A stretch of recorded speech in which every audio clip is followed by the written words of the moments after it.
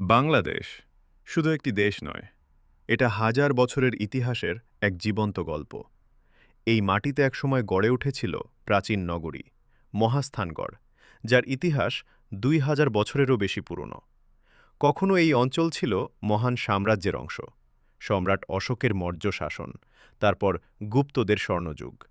এরপর আসে শক্তিশালী পাল সাম্রাজ্য, বৌদ্ধ সংস্কৃতিতে সমৃদ্ধ এক সময়, যার নিদর্শন সোমপুর মহাবিহার আজও দাঁড়িয়ে আছে ইতিহাসের সাক্ষী হয়ে।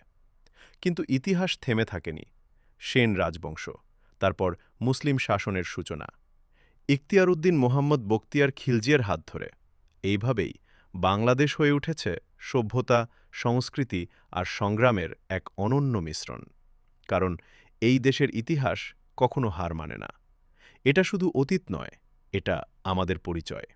বাংলাদেশ মানে শুধু একটি দেশ না, বাংলাদেশ মানে অদম্য ইচ্ছাশক্তি। এই দেশ বারবার প্রমাণ করেছে তাকে থামানো যায় না। কারণ বাংলাদেশ হার মানতে জানে না, বাংলাদেশ জয় করতে জানে। কিন্তু গল্প এখানেই শেষ না। ২০২৪ সালের জুলাই আবার রাস্তায় নামে মানুষ, আবার শোনা যায় প্রতিবাদের কণ্ঠ। জুলাই ২০২৪ বাংলাদেশ প্রোটেস্টস, এটা ছিল শুধু একটা আন্দোলন না, এটা ছিল নতুন প্রজন্মের জেগে ওঠা।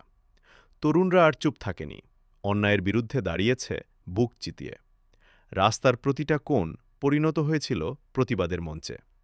কেউ ভয় পায়নি, কারণ তাদের রক্তে আছে ১৯৫২, তাদের সাহসে আছে ১৯৭১। আজকের মতো এখানেই শেষ করছি। এইরকম আরও হিস্ট্রি ফ্যাক্ট ভিডিও দেখতে এখনই সাবস্ক্রাইব করো হিস্ট্রি অফ সজীব।